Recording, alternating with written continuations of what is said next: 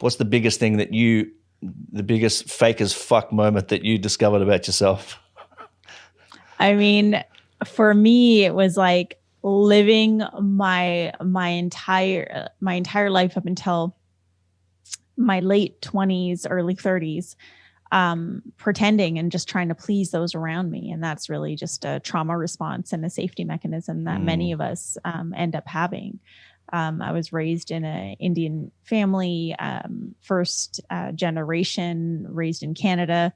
And, you know, my parents did the best that they could, but I really was being primed to show up in a certain way. And if I didn't show up in that way, then I could lose being loved, or I wouldn't feel like I belonged. I wouldn't be accepted. I would be punished, shunned.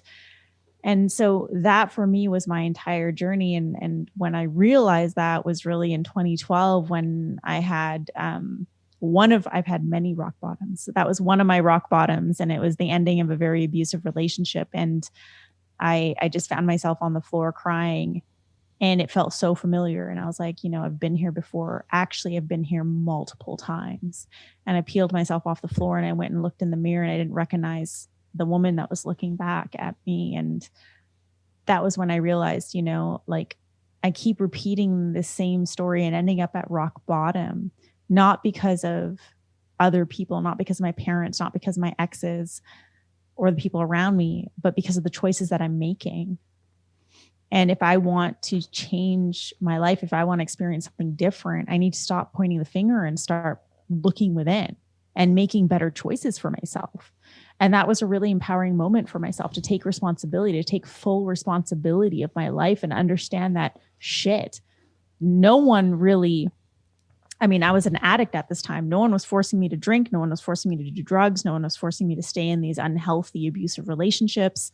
No one was forcing me to do any of these things. And yet here I was being this person that I couldn't even recognize anymore. And it was because of a series of choices that I had made. So, you know, for me, that was my biggest epiphany moment. And it was all about taking responsibility, you know, taking responsibility for my life.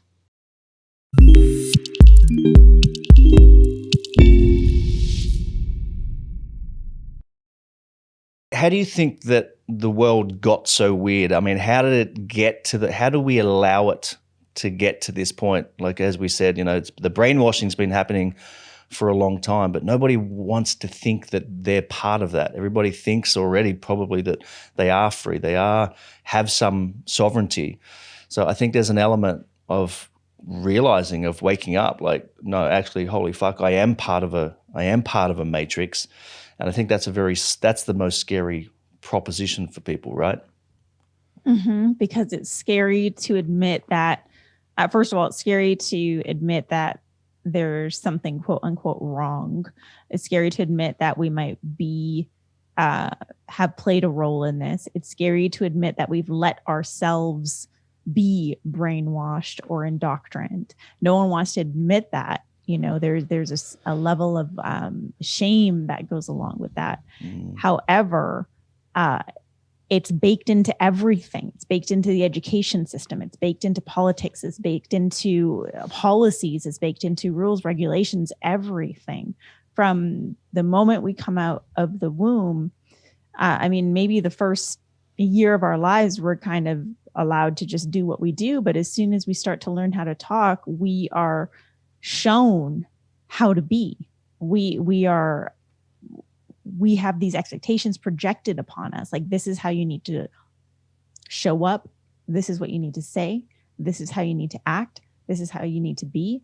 You know, red means stop. Green means go. This is what you're going to learn. And that is conditioning. So we become accustomed to looking to sources outside of ourselves to gain knowledge, to gain wisdom, to learn. And through that process, we start to slowly detach from our own internal wisdom and sovereignty.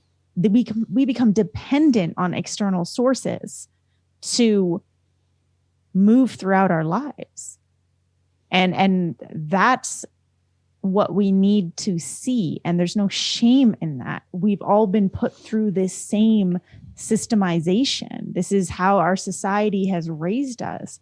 But now is the time to realize, like, we don't need to continue to look to these external sources when we get to tap into ourselves and really find what feels like the truth to us, find what really feels meaningful to us.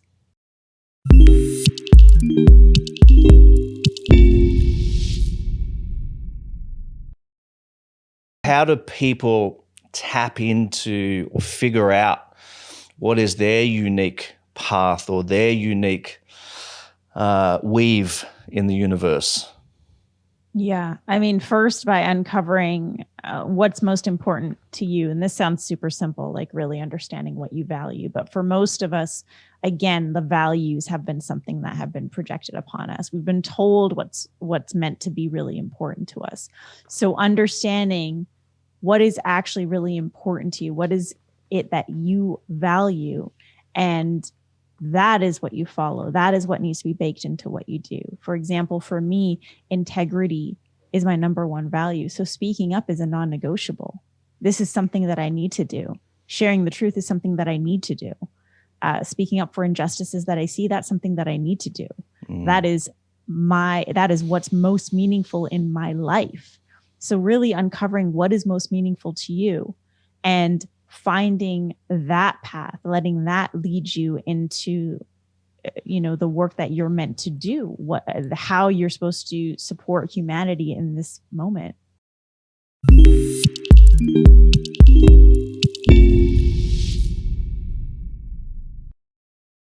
Ayahuasca, I'm in a deep, deep relationship with ayahuasca, and she continues to put me in my place. And, a lot of the things that I used to once refuse to look at about myself,